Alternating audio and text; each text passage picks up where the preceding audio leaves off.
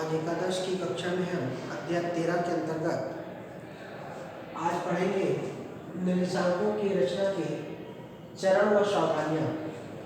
जब हम निर्देशांक निकालते हैं तो उसकी रचना करते हैं तो उसके रचना के साथ बहुत सारी सावधानियाँ रखनी चाहिए और उस सावधानी के साथ उनके कौन कौन से चरण हैं उनको समझें। तो इनको समझने के लिए हमें 6 बिंदुओं का सहारा लेना पड़ेगा। पहला है निर्देशांकों का उद्देश्य। निर्देशांकों की रचना करते समय हमें सर्वप्रथम निर्देशांकों के उद्देश्य को पहले ही तय कर लेनी चाहिए। निर्देशांक का उद्देश्य, किस उद्देश्य से हम निर्देशांक निकालते हैं, इसको तय कर लेने से निर्देशांक की गणना करना और आसान हो जाता है। साथ ही निर्देशांकों के उद्देश्य तय करने के साथ साथ अपने को विशेष बात ध्यान रखनी चाहिए कि हम निर्देशांक किस उद्देश्य से के लिए निकाल रहे हैं और उसका उद्देश्य पूर्णतः परिभाषित होना चाहिए। तब तो हम लोग अच्छे से निर्देशांक ज्ञात कर सकते हैं।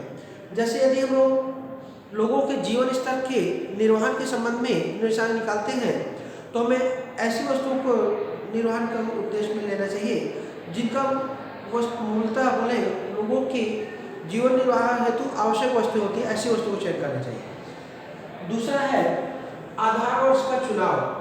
निर्देशांक ज्ञात करने समय हमें आधार वर्ष के चुनाव में विशेष ध्यान रखना चाहिए।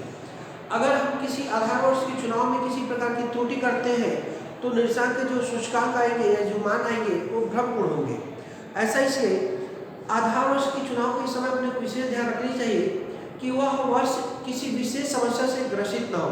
जैसे अभी माने 2020 का जो वर्ष था, आधार वर्ष के किसी का निर्देशांक निकालने के लिए जीवन निर्वाह या उत्पादन संबंधी, तो 2020 के वर्ष को आधार वर्ष के रूप में चुनाव नहीं कर सकते क्योंकि इस समय सारे कंपनियां, सारे उद्योग एक तरह से पूरे बंद थे। इस समय उत्पादन भी प्रभावित हुआ, हर चीज़ प्रभावित हुआ। अतः हमें ऐसे वर्ष का चुनाव करना चाहिए आधार वर्ष में जो किसी प्रकार की प्राकृतिक आपदा, भूकंप या अन्य किसी आर्थिक मंदी के दौर से न गुजरा हो, सामान्य वर्ष रहा हो। ऐसे वर्ष का चुनाव हम लोग आधार वर्ष के रूप में करते हैं। तो उससे क्या होता है, जो हमारा निर्देशांक का जो मान आता है वो स्पष्ट सत्यता के युक्त होता है। तीसरा है वस्तुओं का चुनाव। निर्देशांक ज्ञात करते समय हमें वस्तुओं के चुनाव में बहुत सारी सावधानी रखनी चाहिए।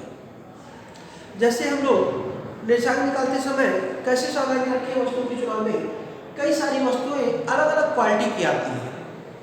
जैसे हम लोग दाल ले लें, दाल एक ही दाल, राहड़ दाल की कई सारी क्वालिटी होती है। सब क्वालिटी की दालों का मूल्य अलग अलग होता है। इसलिए जब हम किसी वस्तु को चुनाव करते हैं तो ऐसी वस्तु का चुनाव करें जिसकी क्वालिटी, उसकी गुणवत्ता एक निश्चित हो जाए। जैसे हम बोले 2010 में राहड़ की निम्न क्वालिटी के मूल्य का आकलन किए और 2015 से तुलना कर रहे हैं, 2015 में राहड़ दाल की उच्च क्वालिटी के मूल्य के हिसाब से निर्देशांक निकालने लगे, तो ये भेदभाव होगा, त्रुटिपूर्ण होगा। अतः हमें वस्तुओं का चुनाव भी उनकी वस्तु की गुणवत्ता और क्वालिटी को ध्यान में रखते करना चाहिए। चौथा बिंदु है प्रतिनिधि कीमतों का चुनाव। प्रतिनिधि कीमतों का चुनाव का तात्पर्य है कि कीमतों के चुनाव के समय निर्देशांकों की जो रचना करते समय उचित कीमतों का या बोले कीमतों के उचित रीति का चुनाव अत्यंत आवश्यक है क्योंकि परिवर्तन की मात्रा में इन्हीं के आधार पर मापी जाती है। जैसे कभी कभी क्या होता है, किसी वस्तु की कीमतों में कुछ ज़्यादा ही परिवर्तन देखने को मिलता है। जैसे हमने देखे पिछले कुछ सालों में अचानक खाड़ी युद्ध के कारण कुछ ऐसी स्थिति बनी जिसके कारण कच्चे तेल का भाव बहुत अधिक बढ़ गया। तो ऐसी वस्तु की चयन करते समय उनकी कीमतों का चयन नहीं लेना चाहिए। सामान्य जिस समय समस्या के कारण किसी चीज़ का परिवर्तन होता है ऐसी चीज़ों का चयन न करें। तो ऐसी वस्तु का चयन करें जिसमें किसी प्रकार की कीमत वगैरह में परिवर्तन देखने को न मिले, सामान्य स्तर पर चले। पांचवा बिंदु है माध्य चुनाव। निर्देशांक ज्ञात करते समय हमें कई प्रकार के माध्यों की आवश्यकता पड़ती है। समांतर माध्य से या बीजगणितीय माध्य से ले सकते हैं, लेकिन निर्देशांक की जो गणना करते हैं उसमें अंक गणितीय माध्य ज़्यादा ही महत्वपूर्ण या ज़्यादा ही उपयोगी साबित होता है, सरल भी पड़ता है। अतः हमें निर्देशांक ज्ञात करते समय अंक गणितीय माध्य का चुनाव करना चाहिए।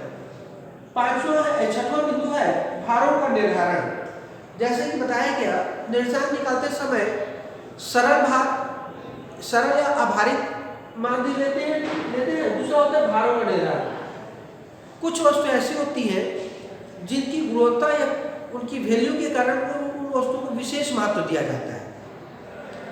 ऐसी स्थिति में वस्तुओं के उनके भार या गुण के आधार पर उनको जो विशेष भार दिया जाता है उसके आधार पर निर्देशांक ज्ञात करना चाहिए।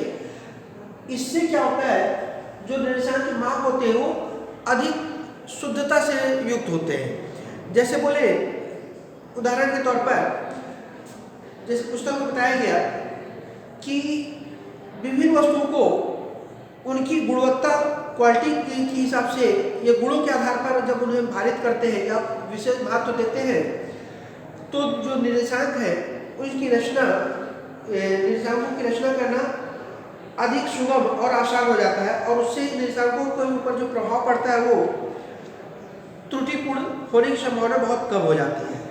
अतः हमें निर्देशांकों की रचना करते समय इन 6 बिंदुओं का विशेष ध्यान रखना चाहिए, जिसमें कि निर्देशांकों का उद्देश्य पहले तय होना चाहिए, उद्देश्य परिभाषित होना चाहिए। दूसरा, आधार वर्ष के चुनाव जब करते हैं तो आधार वर्ष के चुनाव में विशेष ध्यान रखना चाहिए। किसी प्रकार के प्राकृतिक आपदा या कृत्रिम आपदा के रूप में वो वर्ष न गया हो।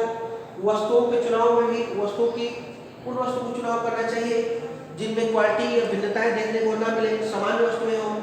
प्रतिनिधि कीमतों के चुनाव में भी उन वस्तुओं इस प्रकार की कीमतों को लेना चाहिए जिसमें ज़्यादा फेरबदल बढ़ाव न देखने को मिले।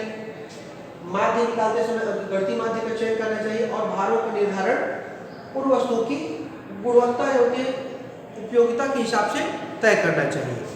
अगले कालखंड में हम देखेंगे निर्देशांक बनाने की प्रमुख कठिनाइयाँ कौन कौन सी हैं। धन्यवाद।